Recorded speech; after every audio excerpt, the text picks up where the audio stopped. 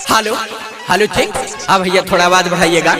जी हाँ मेरे दोस्तों, हर साल के भांति इस साल भी नवयुवक सरस्वती पूजा समिति आप लोगों का हार्दिक अभिनंदन करती है और करती रहेगी। तो उठाइए दोनों हाथ और प्रेम से बोलिएगा सरस्वती माता की जय, सरस्वती माता की जय। साल भर पर आती है विद्या देकर जाती है, साल भर पर आती है विद्या देकर जाती है। सरस्वती माता विद्या के दाता, सरस्वती माता विद्या के दाता, सरस्वती माता विद्या के दाता।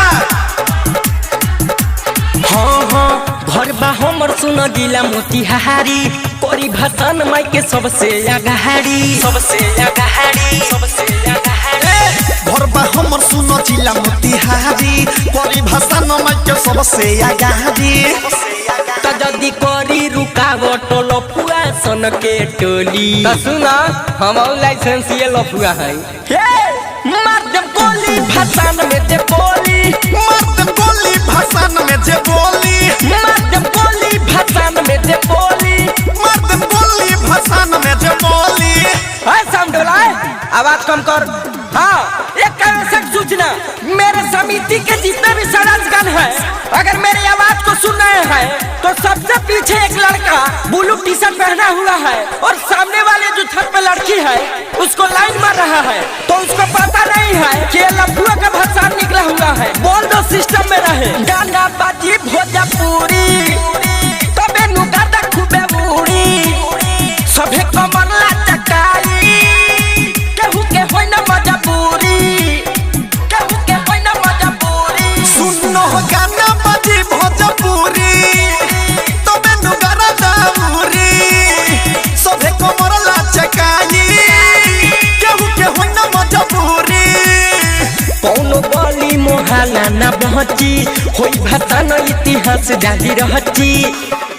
सिंह टोली में घुमनी चल सयब यही टोली। हाँ चल चल, वो नहीं हमरा माल के घर बा, कहूँ छत पर इंतजार करत होई। मार दे गोली भाषण में जे बोली, मार दे गोली भाषण में जे बोली, मार दे गोली भाषण में जे बोली, मार दे गोली भाषण में जे बोली।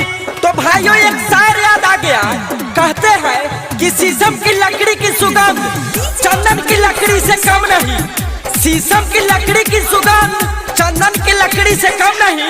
अरे पूजा तो सभी कोई करते हैं, पूजा तो सभी कोई करते हैं, लेकिन हमारा नवयुवक सरस्वती पूजा समिति भी किसी से कम नहीं। टाइगर सुजीत के बोलावो, रत्नेश के साथ न जावो, छोट मोट बावे जेला फरा, हसन फिरोज से सलटावो।